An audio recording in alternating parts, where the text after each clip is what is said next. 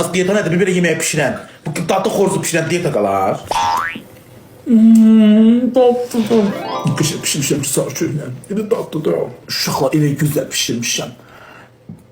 Elə tatlı pişirmişəm. Elə tatlı pişirmişəm. Kur'an'ın adına heç kim belə pişirə bilməz. Sən balayın canım, pis pişirmişəm. Allah'a and olsun. Restoran açsam var ya. Millət töküşəcək yola. Deyirlər o qaz vur, qazan doldursan bax o olacaq. Millət deyəcək ki, gedin babaşın çapasından gel. Çabaf nə də deyəcək. Az gedin babaş restoran var, deyəcək gedin babaş restoran var. Qazan yeməkləri yiyin orada. Mağa gələn arvad həmişə bundan yiyəcək. Qarnından ona qalacaq. Niyə qalmır? Elə bil arvadım sən. Oy. Elə bil sən. Nədə qoyursun? Elə sən arvad ol da. Yo, niyə mən kişiyəm? Mən nəyəm? Deyirsən arvadına qalmayacaq, arvadım sənin. Sən nə olmuşsan ki, mənim arvadım? Mən niyə arvad olum ki? Sən deyirsən ki, arvadına qalmayacaq, arvadım sənindir, deyə yiyirsən. Hə, sən olasın.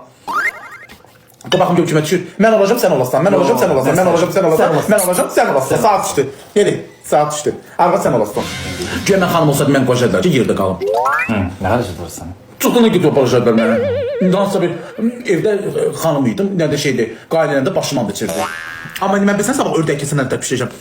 Qəşşi onu qoyacağım qaynasın. Qaynasın, qaynasın, qaynasın, qaynasın, qaynasın. Buxum qaynasın, qaynasın. Üzünü kəfilərini yığacağım.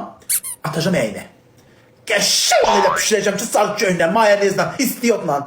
Deyəsən, vur dədənə, çıx qırağa. Əmiyim oğlu, dalıb oğlu, vurmağara, çıx qırağa. Javaqlı deyil deyə. Əmcək yağı yeməkdən əmcəyə yekərdir. Sanə! Sanə! Dünən mənə Karseyid Azərbaycan mayka göndərdi. Geyindi məynəmə sıxdı, heç nə də bilinmədi. Uxaditi, prezidenti atsuda, akakla, mimiku. Я красна, я хорошо, а ты вам, друга, служба, друга, служба, дружба. Это уходите, пошел отсюда. А как Вим, вы это Гага.